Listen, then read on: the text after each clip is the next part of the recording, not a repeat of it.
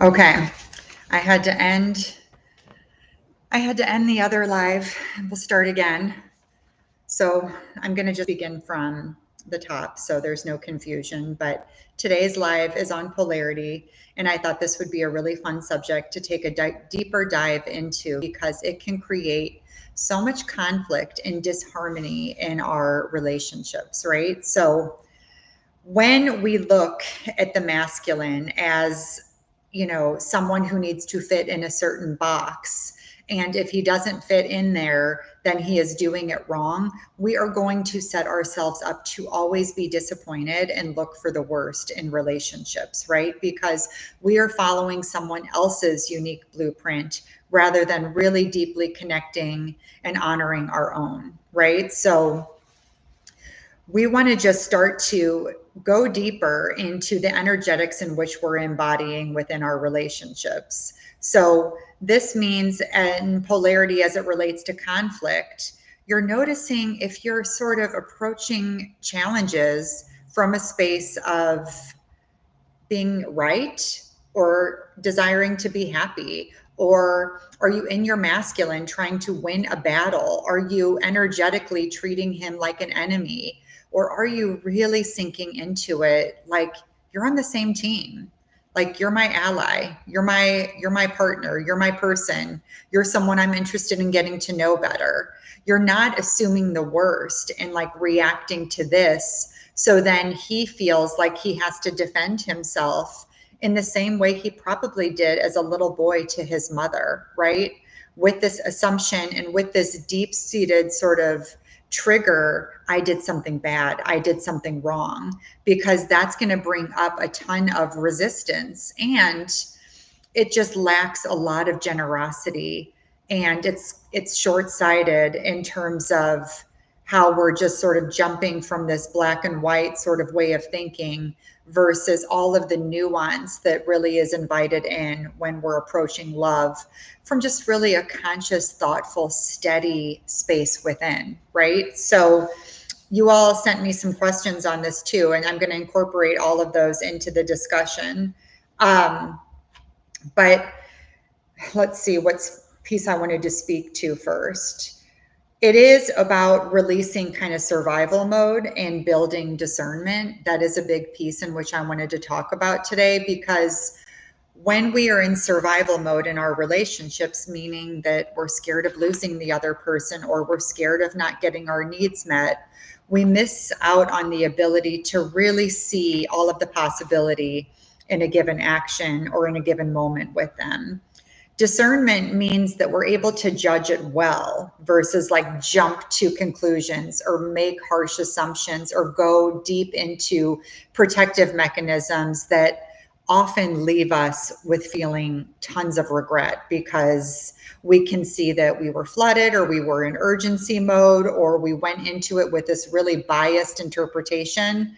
Whereas when we kind of take a step back and we choose to approach conflict with our partners from the feminine space, and people get this confused. People think that when I say approach conflict from your feminine space, that you're just supposed to like shut up and quiet yourself and just stand there and take it, right?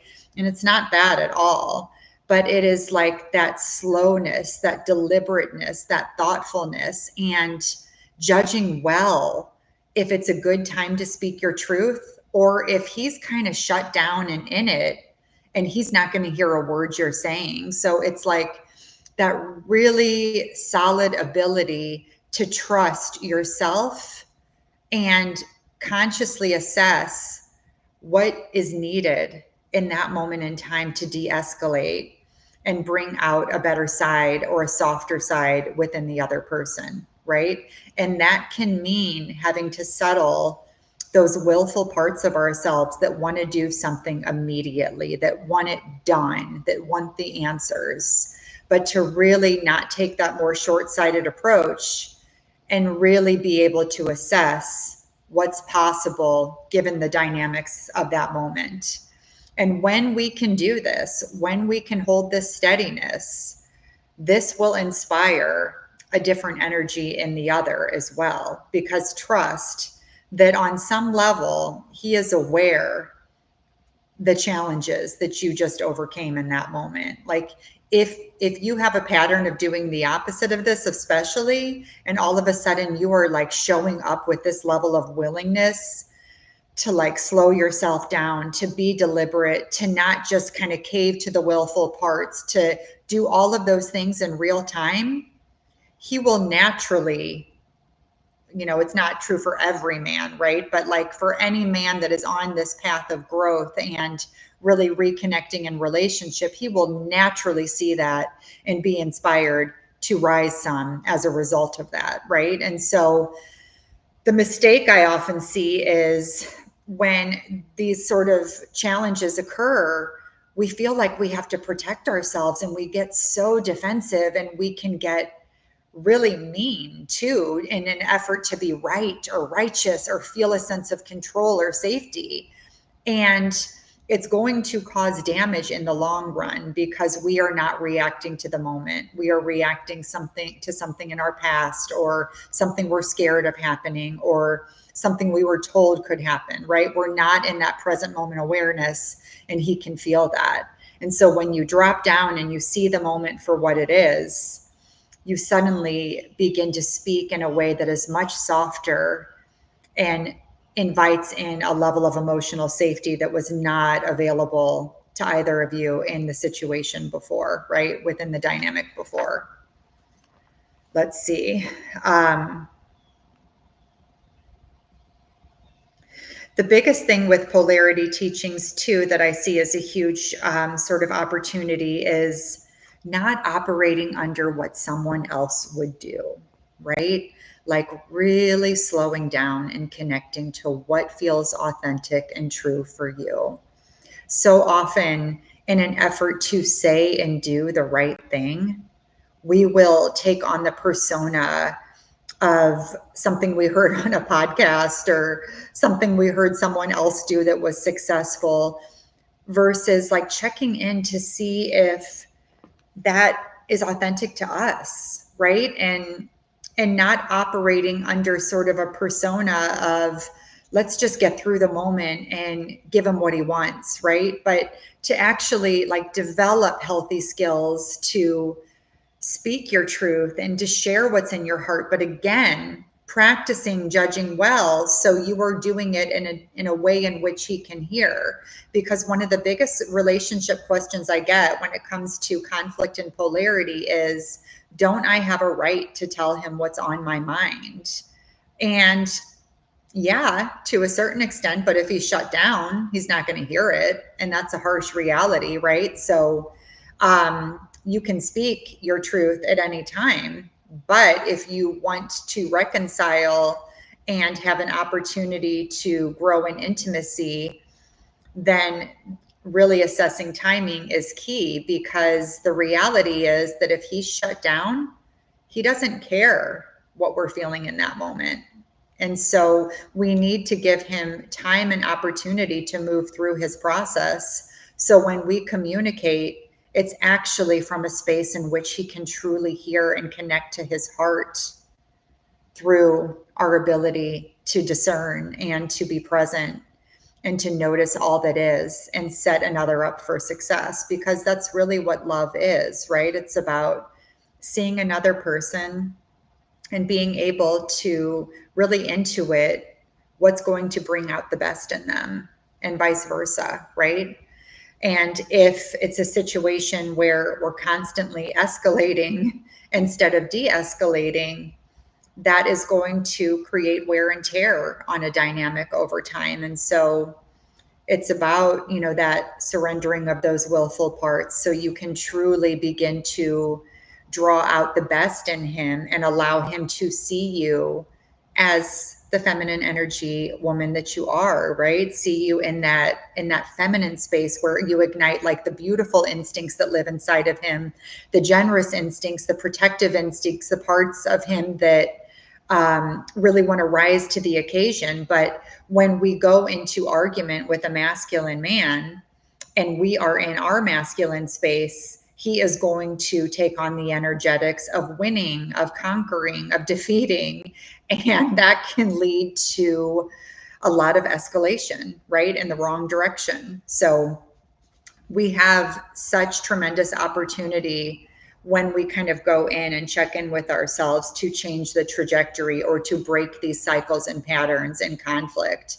And I've witnessed this in my own life, because when I really learned these skills and when I really learned to take these pauses and to not let those willful parts of me take over, that was when like healing really started between us. That was when my husband stopped having such a huge flight response, right? Because he started to see that there was like an emotional safety to express. And he started to see that I was trying. And he saw that willingness and that humility and that openness to like not cave to my old ways, to be stronger than that, and to grow and to humble myself in all of these ways where I really was owning that I didn't always do the best job, that I really messed up in the past. And I was here open to changing my ways and to take control of the one person I had control over, which was myself, rather than trying to assert control mechanisms upon him.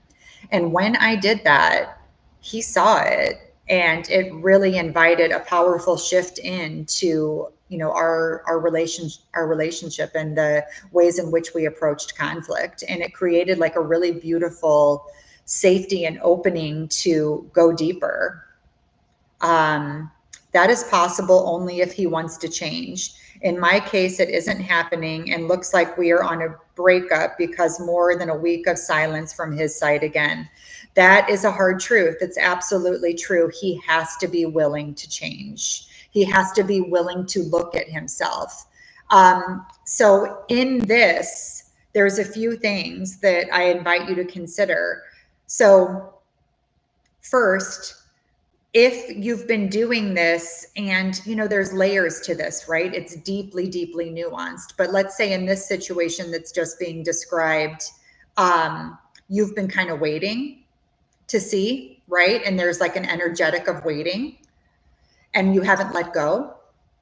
And there's a predictability to you, meaning you're kind of waiting, you're kind of there, you're kind of easy to take for granted, right? I've seen that, and I'm not saying you're doing that, but I'm just giving an example of this. So if there's those elements where you're not truly choosing yourself, and it's like, hey, this isn't okay. It's been radio silence for a week, and I really value communication and stretching ourselves and being able to work our way back towards intimacy and love. Like, that feels really important to me. Is there anything I need to know? Is there something that we can talk about to better understand each other's perspective, right? Like, you're not afraid to call out something that isn't okay, like giving silent treatment for a week versus sort of pretending like that's okay with you. So it's almost like you're not scared of losing him if it means you have to compromise yourself. Do you know what I mean? And he can often feel that. And it's through him seeing that you're not going to put up with all this stuff that sometimes with a man who's meant to sort of wake up in this way, he is going to see that you're not afraid to lose him because you love yourself way too much to compromise your values and what's important to you for the relationship, right? Like, sometimes there can be like a strong feeling for him that forces him to self-reflect in this way. But if we're sort of making it easy and we're like accepting less than what we deserve, and we're kind of playing like, oh, cool girl type of thing with it, well, he doesn't really self-reflect from that comfortable space, right? The thing is, I don't want to write, and it is my birthday tomorrow. He should do it. This is always just an opportunity to look at your situation differently. But what I genuinely know with masculine energy men is they reflect back what we believe to be true within ourselves. So when we love ourselves more, and when we choose ourselves, and when we're not afraid to call out when he is playing games or not valuing the relationship in a way that feels good for either person, and we really are able to own that and let the chips kind of fall where they may, we create an opening to see what's truly possible. We free ourselves essentially from trying to fit in this perfect little box so we don't ruffle his feathers or make him mad or, just let him be comfortable in his ego, right? And so that is really scary because we can reach these sort of points in love and in our relationships where we have to really lay it all out on the line and honor ourselves and see what comes from doing that, right? Because to stay comfortable in this tight little box or just operate just so he doesn't get upset or whatever it is that we're scared to face is going to feel really, really limiting and constraining, and it's going to build resentment over time for sure, right? So just something to consider. Always honor yourself and where you are. But when we have to do things that are scary, there's never going to be like this perfect moment where we're like, yes, I'm fearless, maybe. But if we wait for that, we could be waiting a very long time. So it's really about, I'm going to hold the hand of my inner little girl who's so scared. She's scared of abandonment or whatever that kind of deep wound is that you're afraid of facing. I'm going to hold her hand through it and let her know that it's essential that we self-honor and that we speak to what we need. And there's nothing wrong for asking for what we need, right? Like really understanding that to be able to own and speak to what you need is always okay, with the understanding that the other person then gets to make the choice based off of that need, based off of that expression, right? So let's see what else I have here than my notes for all of us.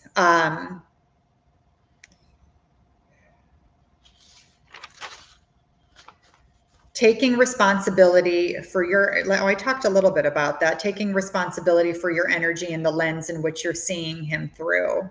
That's just that's just something I'm going to touch on a little bit more, because sometimes when we think we're in present moment awareness, right? Like we often think, oh yeah, like I'm present, like I'm here for it. But then like a trigger hits and it's deep. It feels visceral, right? It's got some roots to it. So the more intense the trigger, the deeper the roots, right? It's really our clue that, oh wow, okay, I'm not just reacting to this. And so this is an opportunity to start to like really move into our body and retrain ourselves, where we can see when something is that intense or that visceral, that it's far deeper than the situation at hand, that we have clouded the present moment with also events from our past.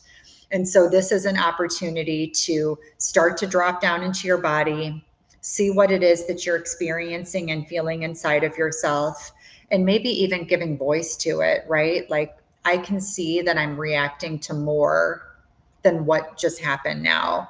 And I need a little time to kind of process and move through this before we talk. Or, you're just kind of speaking to the truth of what lives inside of you, but you're not just reacting or going into the urgency of feeling like you've got to hurry up and speak to it. Like we really want to build the muscle of expressing in relationship from a grounded and centered position as much as possible, knowing of course that we are not going to always do this perfectly. But it's like, so often we've trained ourselves, like when the trigger hits, let me get this off my chest, let me react as quickly as possible. And then we see later when we're not flooded anymore, that the way in which we responded was short-sighted, and that we usually feel some regret because we didn't see everything in that bigger picture type of way. And so the opportunity to retrain ourselves is, and I do this even with like my children, like I'm feeling, not grounded, or I'm feeling just scattered right now. Let me take a little time to just ground and take care of myself, and we can talk about it then, and they totally get and understand that, right? Am I perfect? By no means am I perfect, but I can check in with myself in that way, and have really trained myself to let that be my go-to, that when those intense emotions hit, to like really get to a different space, because I know that what I have to say after those emotions quiet down will be drastically different than what I would say by reacting to them in the moment, right? So there is the opportunity. And then, we don't disappoint our inner child, right? She wants to make us happy. So when she takes over in those willful moments, she feels terrible later when, consciousness has come back in and we're like, oh gosh, like, what have I done? She feels terrible. She carries this like heavy suitcase on her back of regret. And so when we can set ourselves up well in this way, she just feels so successful, and it's very uplifting and empowering. And as we do this, as we move through these hurdles a few times, we grow in our ability to naturally do this more and more, because we will remember in a felt way how good it felt inside to show up for ourselves in this new and deliberate way, right? Okay. So this means practices to tend to ourselves well, which I will get into, but I want to incorporate a few questions that I had received on this that I thought were important. The first one related to it was, when and how do you help masculine men? Do you wait until he asks for it, or do you just kind of watch him struggle, or how do you address this? And I think that, if you want to type in a scenario, please do. But I think just sort of in a more general way of speaking to this question, it is about doing it from a service-oriented space, not in a, I think you need my help type of space. Like, clearly you don't have this. Let me step in and help you, right? And so this is when we can kind of go into that more maternal space, and he is not going to receive that well, but to be able to approach it from an empowered space of like, hey, I know you've got this. I also recognize you've had a lot going on. So if I can support in any way, please let me know, right? Like, this is a very different energy. Like, you're affirming that you trust him and that he can be successful and execute on it. And then the other is like, let me just take care of this for you because this is a mess and I just can do it better, right? Like, we can convey that unknowingly, having the best of intentions, but it comes across in a way that makes him feel unworthy or makes him feel like a little kid, And so we want to just be super mindful that we're approaching, just helping and being of support from just, a very service oriented standpoint, right? Like, you've got this, I know, yet I'm here and I would love to help, in any way I can, if that could make a difference, or, if that would be of value to you. This is kind of like inviting that in. And then he can say, yeah, I actually could use help with, this, or no, like, I've got this, but thank you, right? It's not going to offend him. It's not going to lead to him feeling unworthy because he's seeing you through this sort of old past experience of needing help or feeling shamed or feeling like he always falls short. It's like supporting his growth and healing by reflecting back to him that he's capable. And of course, a lot of this is nuanced and does depend upon the man, right? Everything I'm speaking of is regarding a trustworthy, overall healthy man. If he's a toxic man, or the situation is extremely unpredictable or not safe, this doesn't apply, because that's a whole different thing, because we need our masculine energy to be very active in a situation like that, right? The other question around this that I wanted to make sure I spoke to is, why is it so hard to be our true selves around men that we aren't attracted to? And then we act differently around the men that we are attracted to. What causes this phenomenon and how do we solve it? So yeah, I like this question a lot. There's parts of this that touch upon our own unworthiness, right? Where we may be carrying that we don't think we're good enough, right? For the men that we're attracted to. And so we take on a persona of who we think he would be attracted to versus like connecting to our own enoughness, our own worthiness and deservingness, right? So we start to like take on a persona that's likely a habit that has been built for, a very long time within your life, right? Because we can do that as teenagers, we can do it before, where it's like we learn from society who we have to be in order to fit in or be viewed as successful or worthy or good enough, right? And so we start taking on those characteristics without thinking about, is this being true to me? Does this feel right for me? Does this serve my unique expression, right? Like we start looking out and we don't go in to see if it aligns.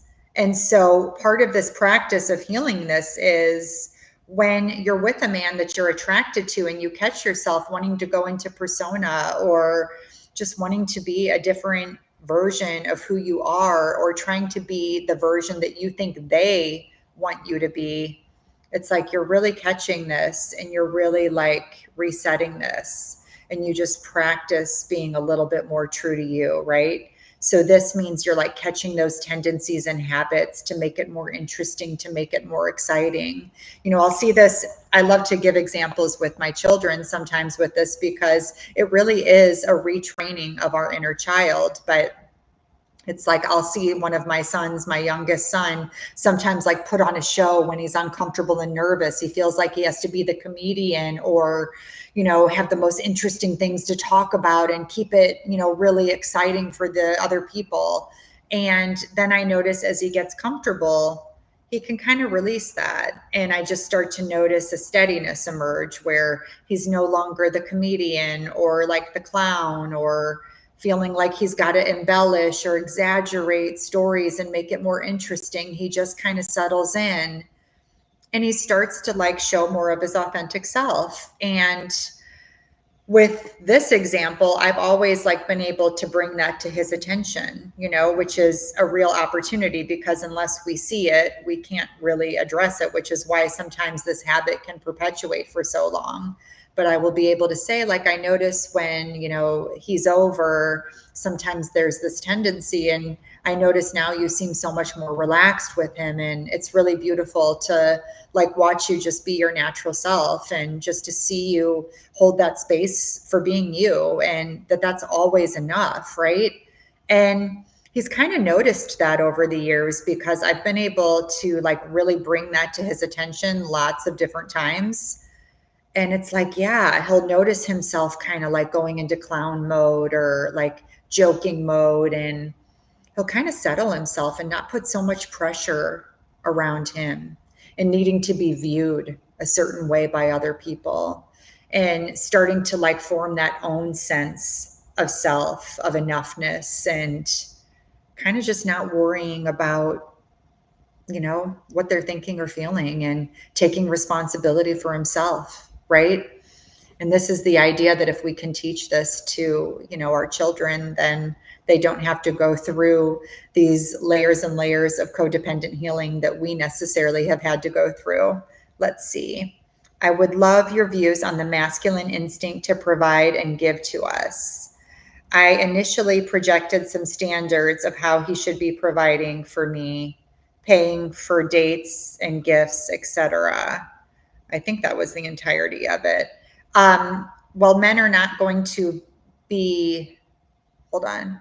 I found myself hyper alert of when he didn't do things and felt disappointed, and to appreciate him genuinely for what he already does that he doesn't need to do. Right.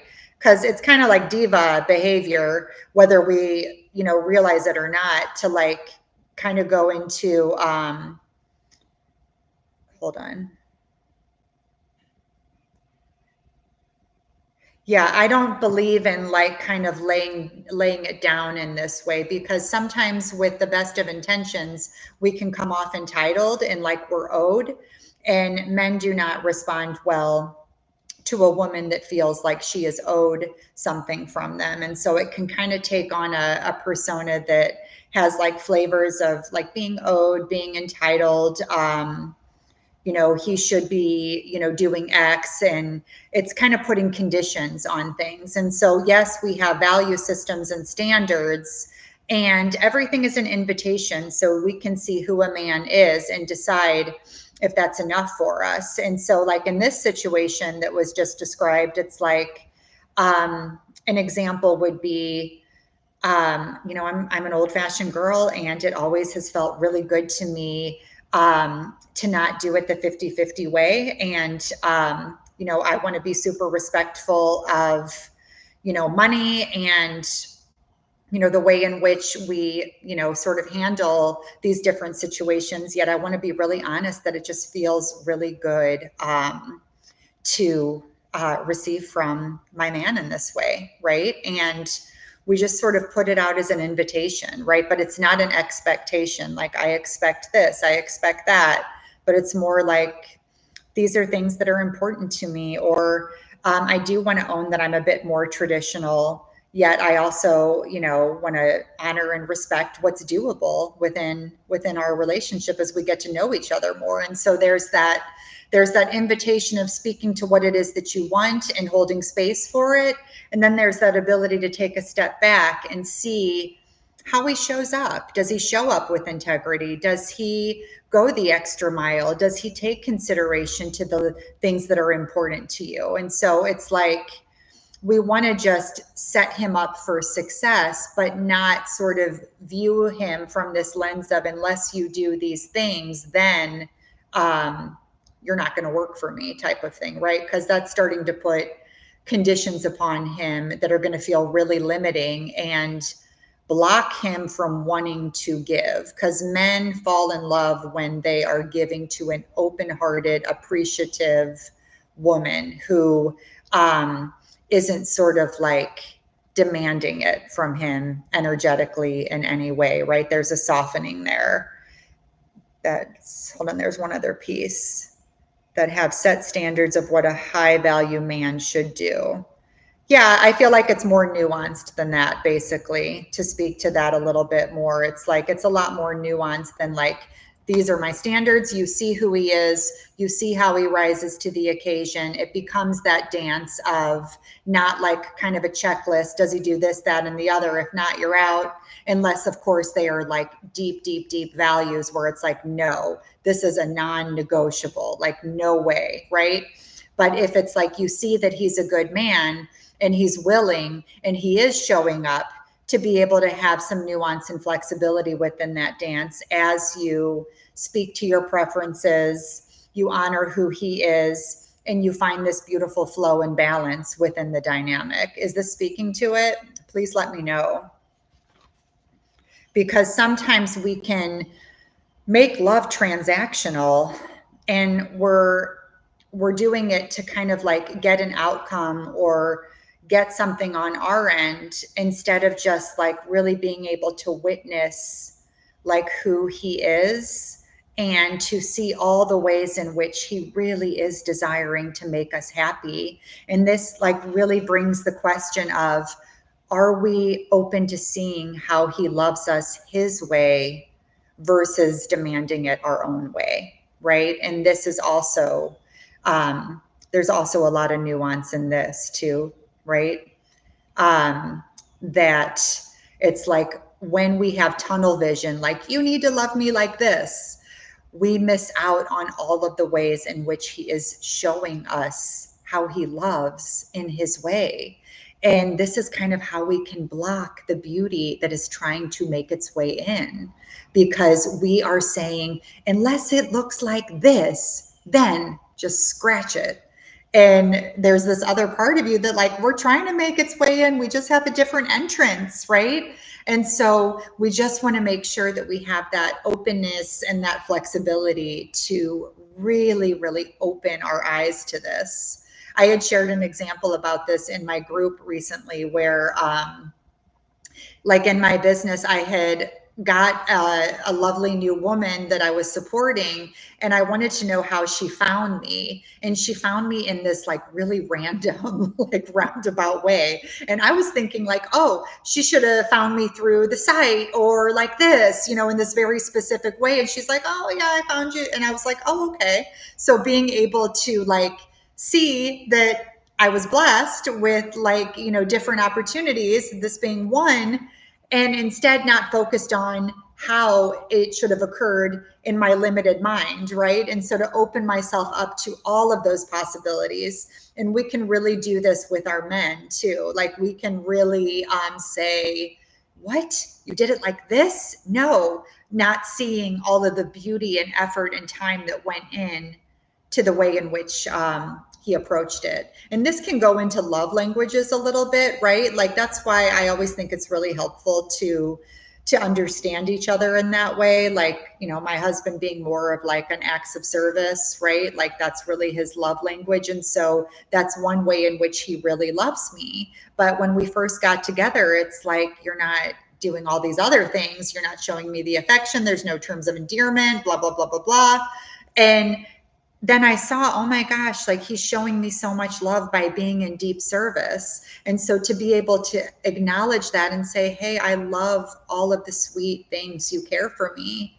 Here's what I also love. And this is just what speaks to my soul. And so I'm sharing this because it would mean so much if we could support each other with the different ways in which we communicate love. And then from a space of willingness, he's like, oh yeah, of course. Like, because he's understanding my needs without me making him bad or wrong. And then it invites him to rise to that occasion and to grow and to say, yeah, sure. Right. And then for me, being able to recognize that his love language is acts of service. And so to, really support making his life better through those little gestures and through those things that allow him to feel considered, respected, and cared for in our relationship, right? So there's a balance to all of these things. Trying to see if there's anything else. I wanted to go for about 45 minutes and we're about there, but if there's anything else, type it in the chat and I'm just going to look at my notes to see if there's anything else that I wanted to speak to. Let's see.